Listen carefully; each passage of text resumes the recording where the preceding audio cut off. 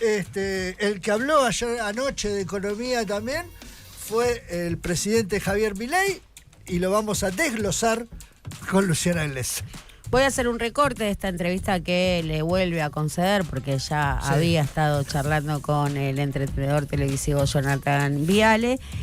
Y vamos a hacer un recorte desde la perspectiva económica. Primero, una definición, una interpretación de por qué o para qué le concede esta entrevista, cuál es el mensaje que quiere transmitir Javier Milei. Esto lo entendemos, siempre que se presta un presidente, un ministro, una entrevista es porque tiene algo que comunicar. Claro. Y entiendo, desde este humilde metro cuadrado, que el mensaje que quería comunicar Milei o lo que quería aclarar era la situación Sturzenegger-Caputo.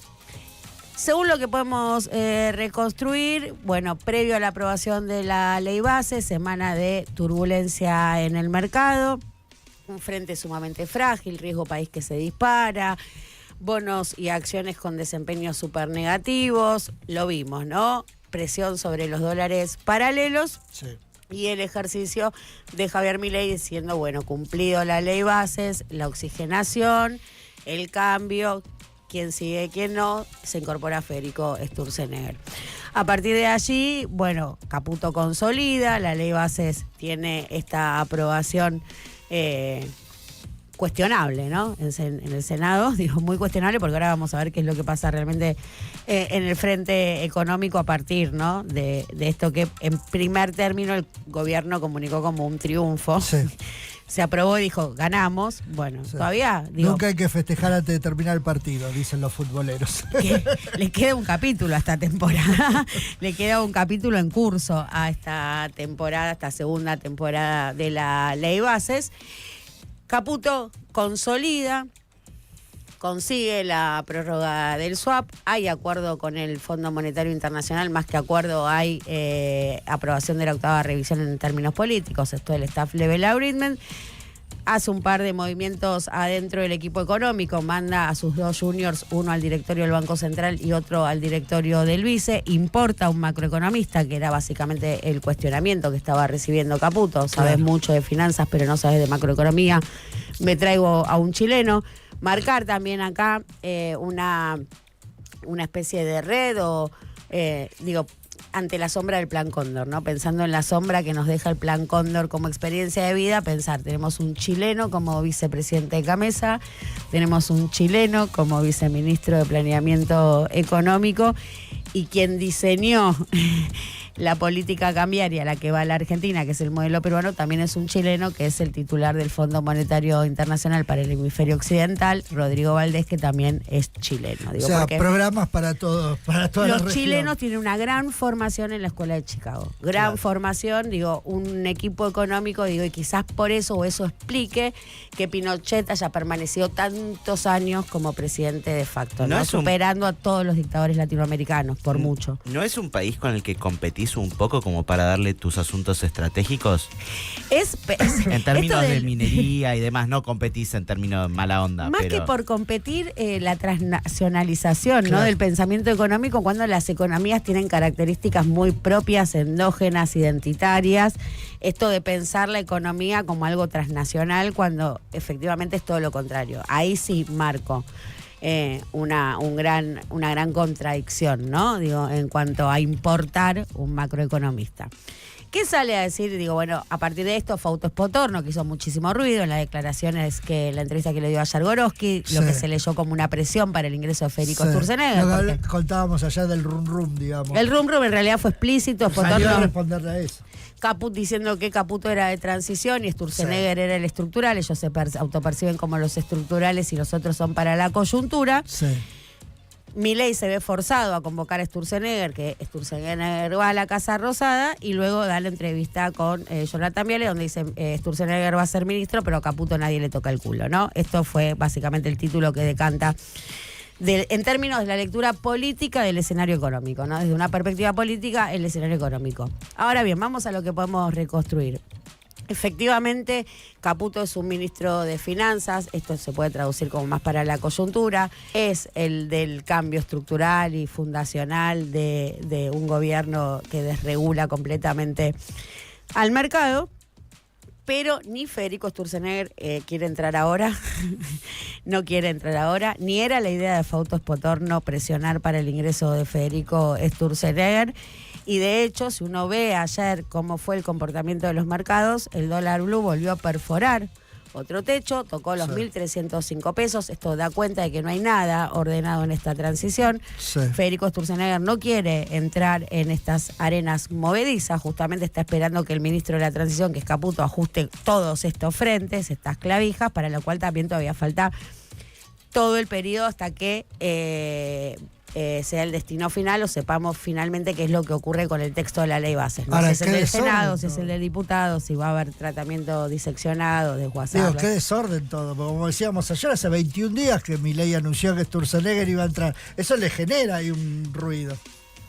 Yo no lo pondría en esos términos, ¿eh? No lo pondría en esos términos porque Sturzenegger, para el sector más vinculado a Santiago Caputo, es una figura ordenadora o de amenaza. Pensémoslo a ver desde la Secretaría de Energía. Una Secretaría de Energía que llegó con una política energética, un tipo como Eduardo Rodríguez Chirilo, que tiene una formación técnica muy sólida.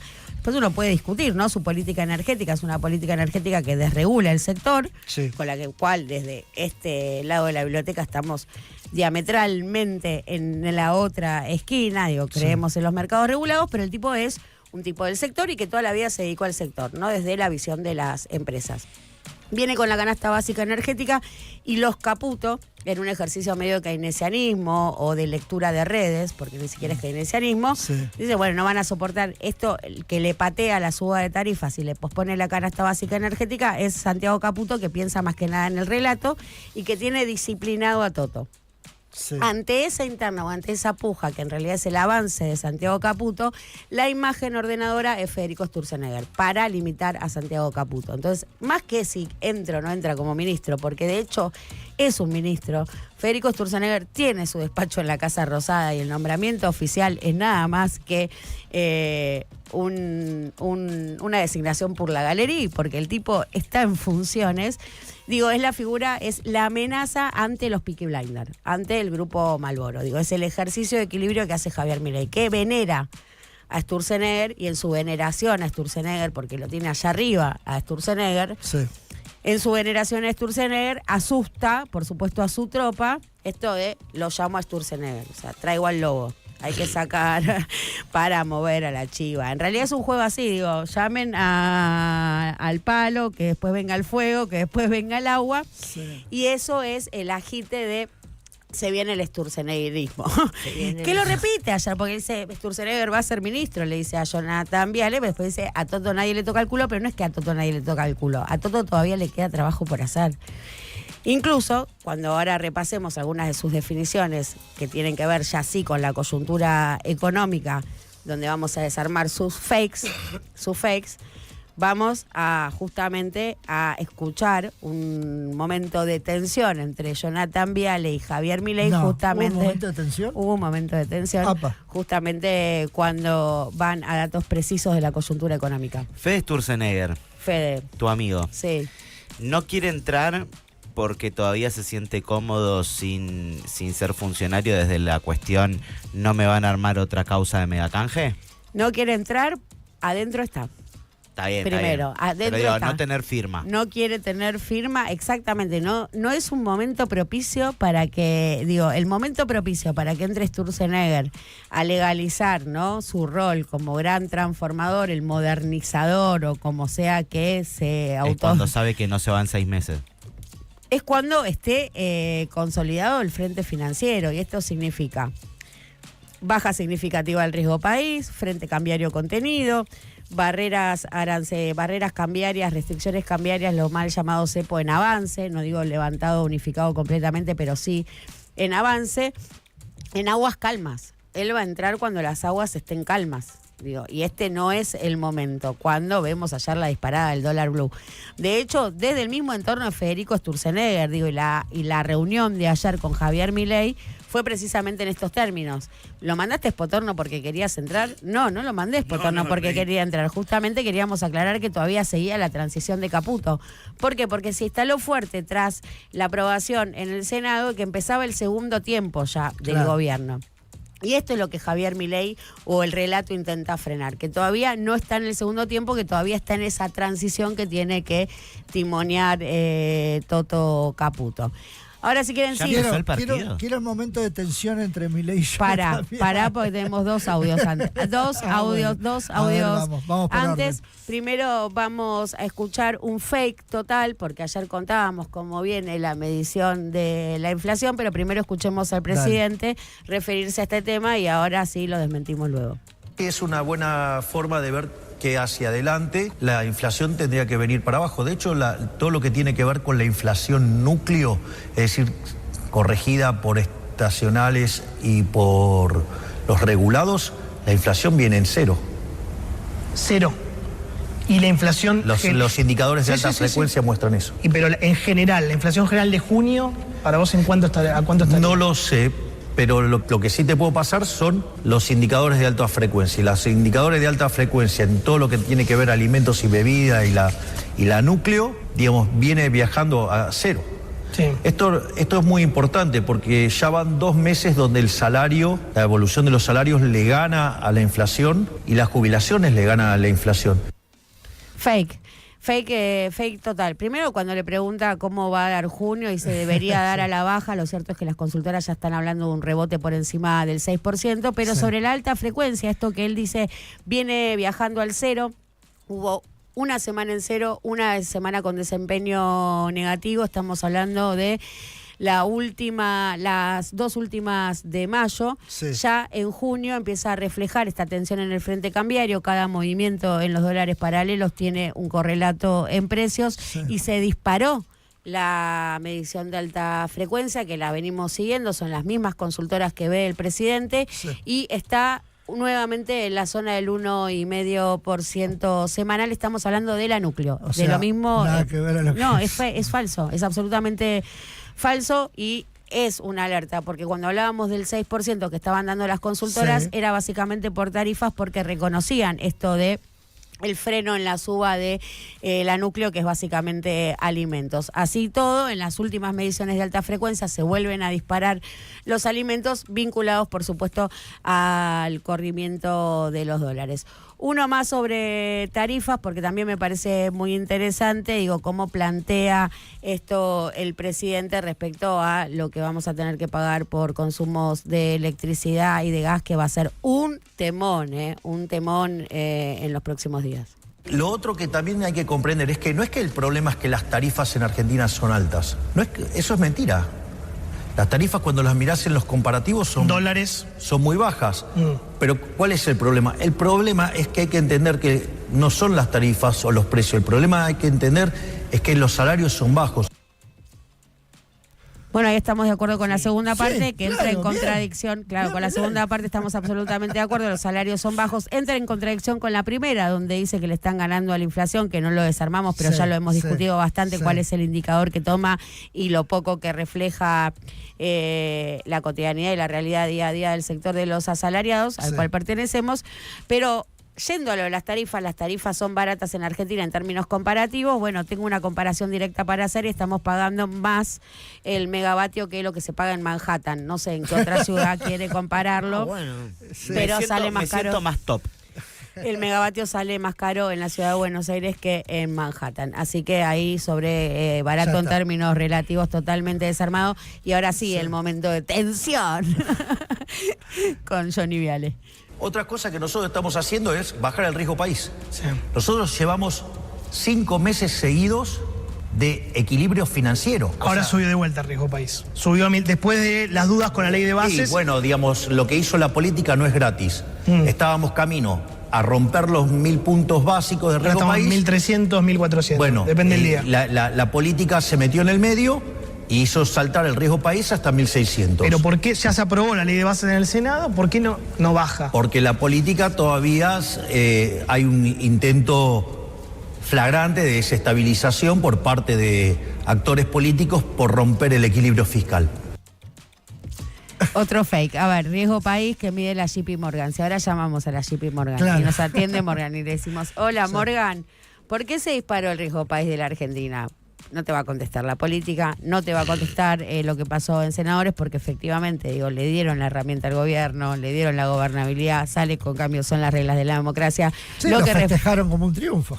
Lo festejaste como un triunfo, entonces, bueno, realmente lo que está impactando en el riesgo país fue el default compulsivo con las generadoras de electricidad, esa deuda que unilateralmente decidió Toto Caputo pagar con bonos a 14 años. Eso hizo disparar el riesgo país. Por supuesto que la situación política y un resultado ajustado hace que cueste más bajarlo, pero lo que refleja esta suba es justamente ese reperfilamiento compulsivo que hay que decir y agregar respecto a esto, que las generadoras están avisando que ni siquiera cobraron el bono, que todavía no les dieron ni siquiera el bono, y eso impacta. ¿Como los jubilados cobran bonos? Pero, a ver, un presidente que dice el riesgo país está bajando, y el periodista, que no es un periodista, digo, ya lo sabemos, un vocero dice, mirá no que oficial. volvió a subir. Bueno, pero entonces por culpa de la política. Con lo cual lo que tenemos son 3 fake, claramente fake, mentiras abiertas que dijo ayer. No, es un relato que se va chocando con la realidad, pero lo venimos contando siempre, pero viste, todos los días dice algo nuevo.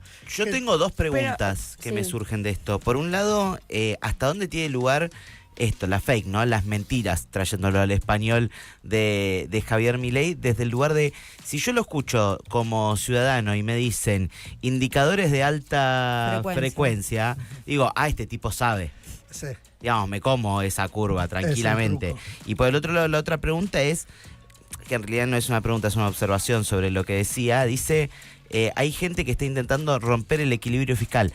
Hace una semana, 6 días, porque no se cumplió el 7º, decían que había un intento de golpe de Estado. Ahora es romper el equilibrio fiscal. Repitió ayer lo del golpe sí, pero de digo, Estado. hay una diferencia entre gente que busca romper el equilibrio fiscal y gente que busca romper la institucionalidad del Estado. Pero así todo, digo, los pronunciamientos políticos o las definiciones políticas con las que uno puede estar totalmente en contra o en la biblioteca opuesta, y vuelvo a nombrar el caso de Eduardo Rodríguez Chirilo, secretario de Energía, con quien uno puede decir, bueno, yo no estoy de acuerdo, pero el tipo, digo, te propone una cosa que tiene datos, información, y en base a lo que los datos, digo, es indiscutible, el dato es el dato, digo, eso ahí no hay mentira, y ahí hay una discusión. Que Javier Milei iba a bajar la inflación en la medida en la que continuase y profundizase esta hoja de ruta, y la recesión y el ancla salarial y el ancla cambiaria lo ayudaban muchísimo y era la consecuencia lógica, sí.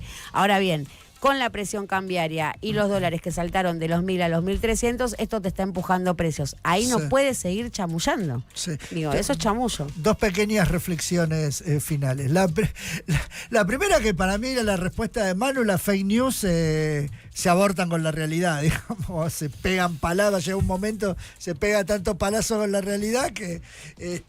y la otra, Luciana Glesser ayer dio una información, no dio una información, fue como, no sé si...